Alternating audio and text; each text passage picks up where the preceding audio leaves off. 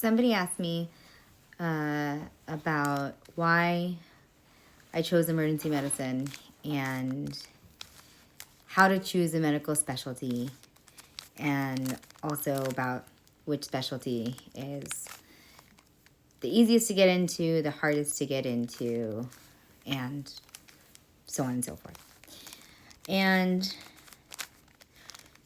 obviously, there are certain specialties that are easier or harder to get into. So, for example, close to the top of the list, and this is just generally, so please feel free to correct me, but close to the top of the list is something like dermatology. In fact, people talk about something called the road to success, ROAD, which is radiology, ophthalmology, anesthesiology, and dermatology. And the idea there being that those are all specialties that have pretty good work-life balance, are compensated pretty well, and there's other things I think that would be on that list probably as well. Maybe like cosmetic plastic surgery, things like that. And so those medical specialties are all relatively challenging to get into because they're so desirable. In the middle of the road, probably things like emergency medicine, which is what I do. Things like,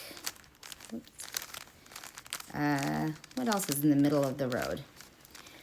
Lots of things, OBGYN, and maybe neurology, okay? And then there's the stuff that's traditionally a little bit easier to get into. Typically your primary care specialties, like family medicine and internal medicine and things like that. And what I would tell you to do is take that list of medical specialties and which one's easy, hard to get into, etc. And I would throw it in the trash. And instead, I would think about who you are as a person and what you like and who your people are and what kind of life you want to live overall in the long term and which things are most important to you, and make your list that way, because almost any specialty is achievable to you if you're willing to put the work into it. But that's a decision that you're going to have to live with literally for the rest of your life. That's my 2 cents.